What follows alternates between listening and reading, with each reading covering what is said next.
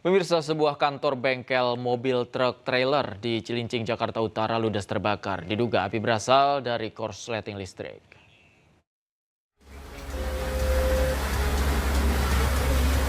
2120201. Api dengan cepat membakar seluruh isi sebuah kantor dan bengkel di Jalan Raya Pura 1, Cilincing, Jakarta Utara. Lebih awal tadi, Mas.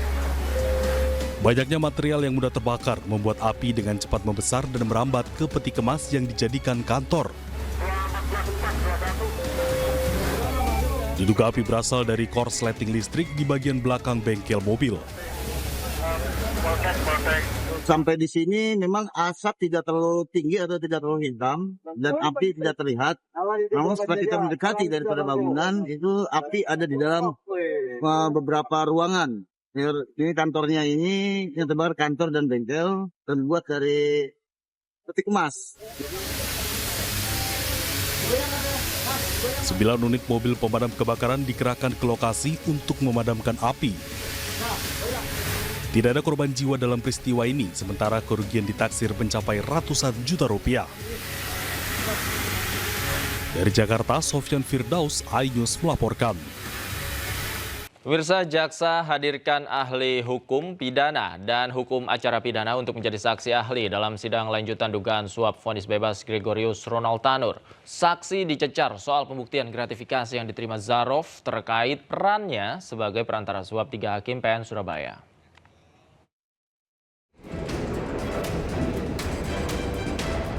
Persidangan digelar di Pengadilan Tipikor Jakarta Pusat dengan menghadirkan 2 orang saksi, yakni pengacara dan ahli hukum pidana dari Universitas Jenderal Sudirman, Hipnu Nugroho.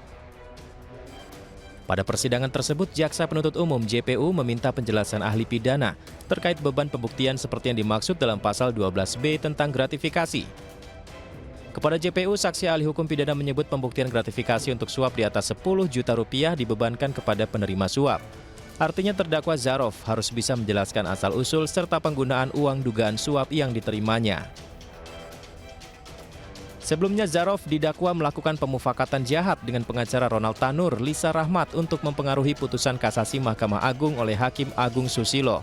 Jaksa menyebut Zarov menerima suap sebesar 5 miliar rupiah yang diserahkan dalam 2 tahap masing-masing 2,5 miliar rupiah.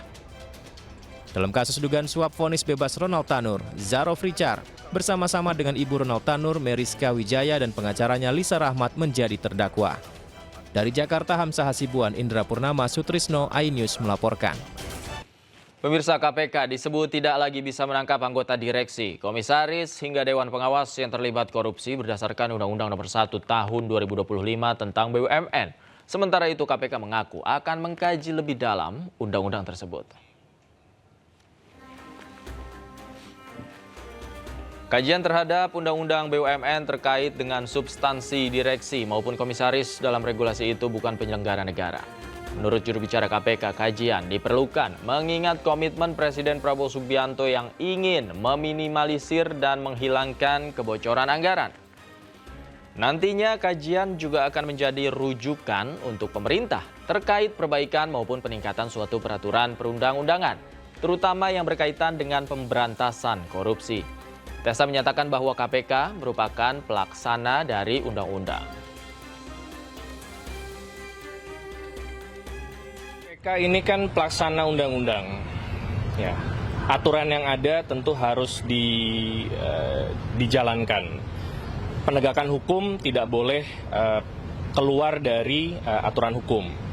Tentunya dengan adanya aturan yang baru, perlu ada kajian baik itu dari Biro Hukum maupun dari Kedeputian Penindakan untuk melihat sampai sejauh mana aturan ini akan berdampak terhadap penegakan hukum yang bisa dilakukan di... Kita beralih ke informasi lain, pemirsa. Presiden ke-7 Republik Indonesia Joko Widodo tanggapi aturan baru terkait direksi dan komisaris BUMN yang tidak lagi dianggap sebagai penyelenggara negara dan tidak bisa ditangkap oleh KPK. Menurut Jokowi, semua yang berkaitan dengan korupsi tetap bisa diproses baik BUMN, pemerintah maupun sektor swasta. Semua yang berkaitan dengan korupsi itu bisa diproses. Baik itu pemerintah, baik itu BUMN, baik itu sektor swasta. Jelas kalau Kembali di Newsroom, pemirsa, demi mendapat uang hingga Rp800.000 sejumlah warga di Bekasi, Jawa Barat rela antri scan retina. Mirisnya, warga tak tahu tujuan dan potensi bahaya dari prosedur scan retina yang mereka ikuti.